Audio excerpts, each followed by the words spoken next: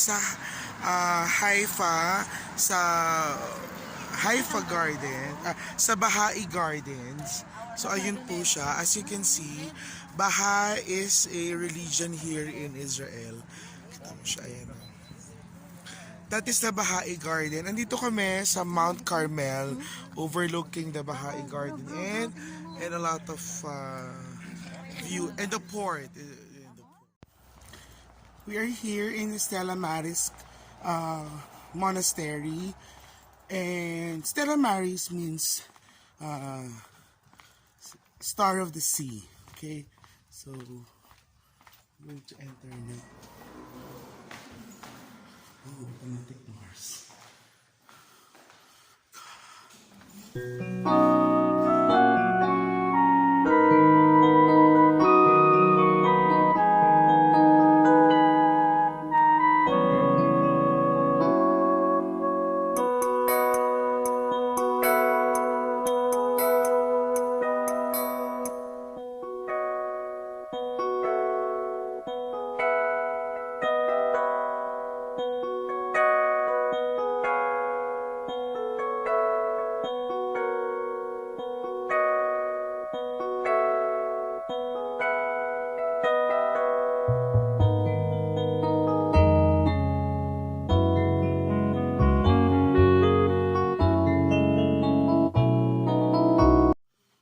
So we just entered the Stella Maris Monastery, the altar of our late Elijah,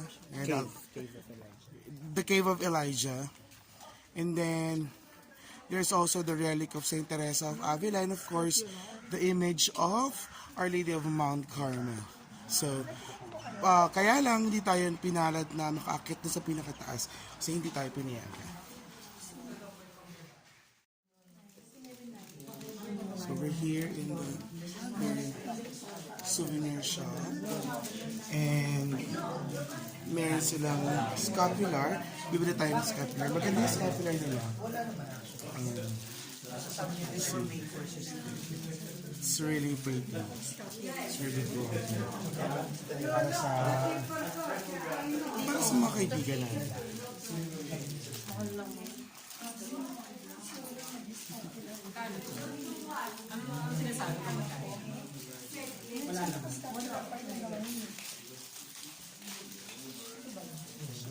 The convent logo. We also have here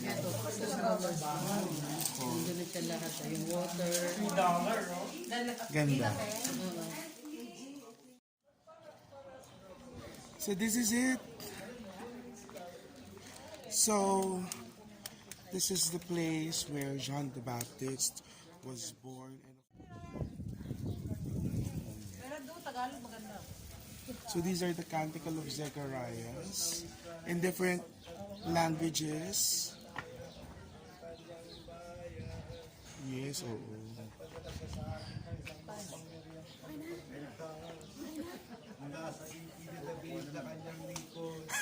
May cantor pala tayo. Okay.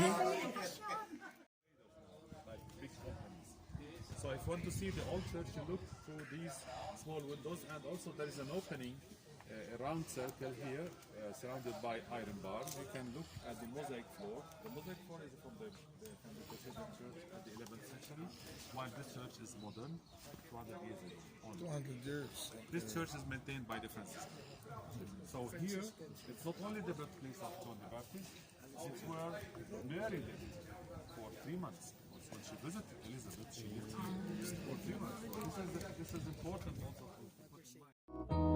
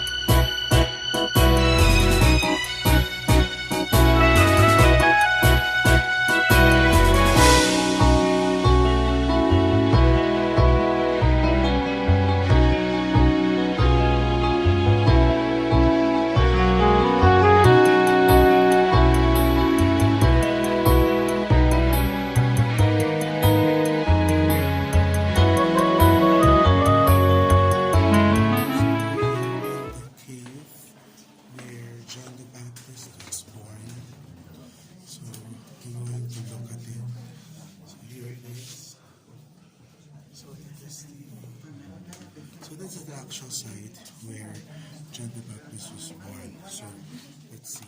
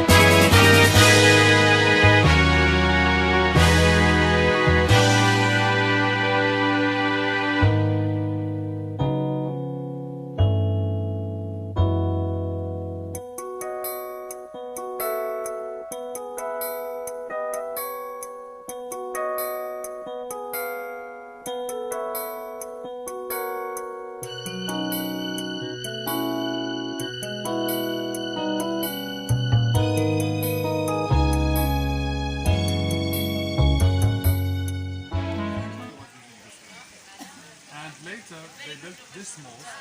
This is an Ottoman, from the Ottoman period, this mosque, because also Muslims believe in love. That's why they built the mosque. Now we are going to go up to the Church of Visitation.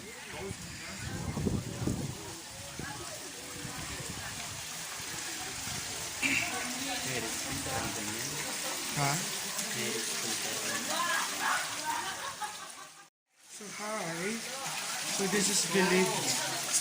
This is believed to be the spring where Mary drew water when she was assisting Elizabeth in her pregnancy. So we're going to try if the water is cold. Ah, it's cold. It's cold. It's really cold. Okay, so we're going up the Church of Visitation, and we'll see you there.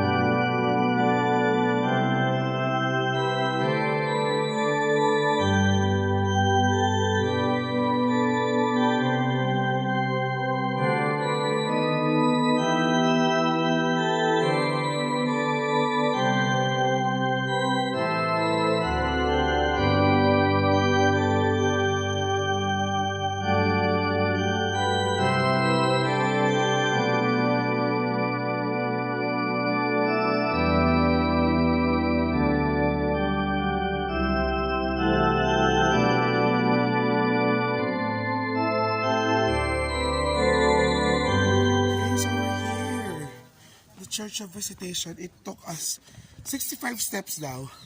Pero mukha naman siyang hindi 65. Kasi, nagbibilang si Mama Lu. Hindi naman siya 65. What is the meaning of this? Pero, masarap.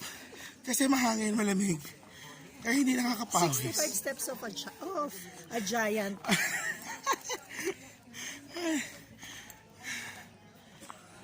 Nakahingal pero worth it. Look. It is so beautiful. Nakakahingal lang talaga.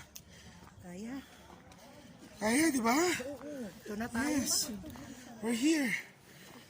Whew. May nauna, may nahuhuli. Pero magsasama-sama din tayong lahat.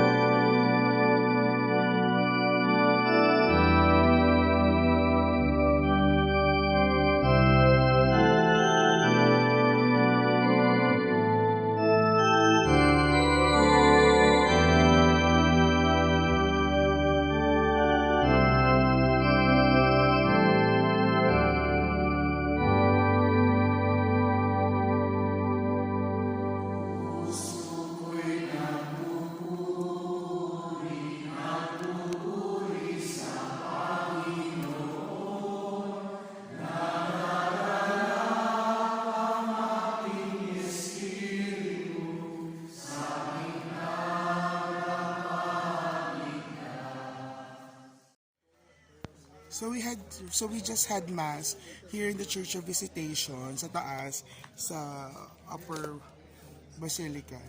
And one thing na sinabi ni Father, kapag dumalaw ang Panginoon sa iyo, huwag mo na siyang pakawalan pa. Huwag mo na siyang paalisin pa sa buhay mo. Nakaka-touch, moving yung mass. Kasi sabi ni Mr. Yan, mostly ng mga tours na hindi nakapag-mass dito. And we're very blessed. And I want to show you this icon of the Blessed Mother. Kung mapapansin niyo po, the Blessed Mother is traveling alone, no? Pero she is accompanied by 3 angels, no? And the artist is telling us that even though you are alone, no, God will never leave you. Just like what he did with Mary, no? He never left Mary, no, nung papunta si Mama Mary kay Elizabeth. And sabi sa gospel, in haste. So ibig sabihin ng in haste, nagmamadali, no? And just imagine a pregnant woman, assisting a pregnant woman, and that is so amazing, no? Mary is in her first month of pregnancy, while Elizabeth is in her 6th. So it must have been hard for her, no? And kanina nakita natin yung Mary Spring, where, it is believed that Mary would draw up water in there and then would bring it to the house of Elizabeth, no? Grabe, naglalaba, nagluluto, tulong-tulong sila. So, that's it. So, there you have it.